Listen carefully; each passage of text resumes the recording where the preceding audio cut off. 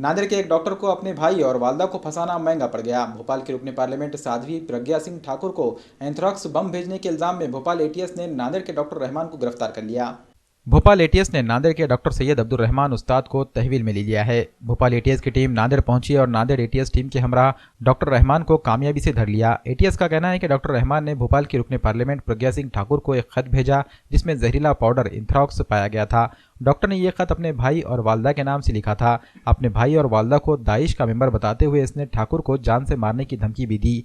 नांदेड़ के जिला एसपी विजय कुमार मगर ने मीडिया से गुफ्तगू करते हुए कहा कि इससे कबल भी डॉक्टर रहमान ने अपने भाई और वालदा को फंसाने के लिए नांदेड़ के इतवारा पुलिस स्टेशन को भी खत भेजा था। उस वक्त उनके खिलाफ इतवारा पुलिस स्टेशन में केस भी दर्ज किया गया है। भोपाल एटीएस ने इस मामले की तहकीकात की और डॉक्टर रहमान को असली मुजरिम करार दिया। वाज़ेह है कि डॉक्टर सैयद अब्दुल रहमान नांदेड़ के किजवे नगर में एक होम्योपैथिक क्लिनिक चलाते हैं। कुछ दिनों से डॉक्टर का अपने भाई और वालदा से जायदाद को लेकर तनाज़ा चल रहा था। ख्याल किया जाता है कि इस तनाज़े के बाद अपने भाई और वालदा को हिरासत करने और धमकाने के लिए डॉक्टर रहमान ने एंथ्रैक्स से भरा हुआ खत प्रज्ञा ठाकुर को भेज दिया और इसमें अपने भाई और वालदा का नाम डाल दिया।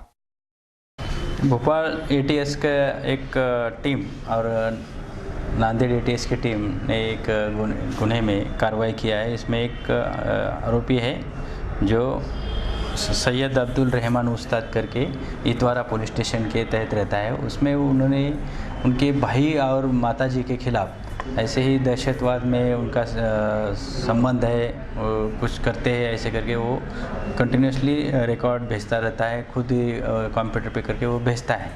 और ये जैसे एटीएस में उन्होंने देखा तो उन्होंने उसके ऊपर कार्रवाई किया है।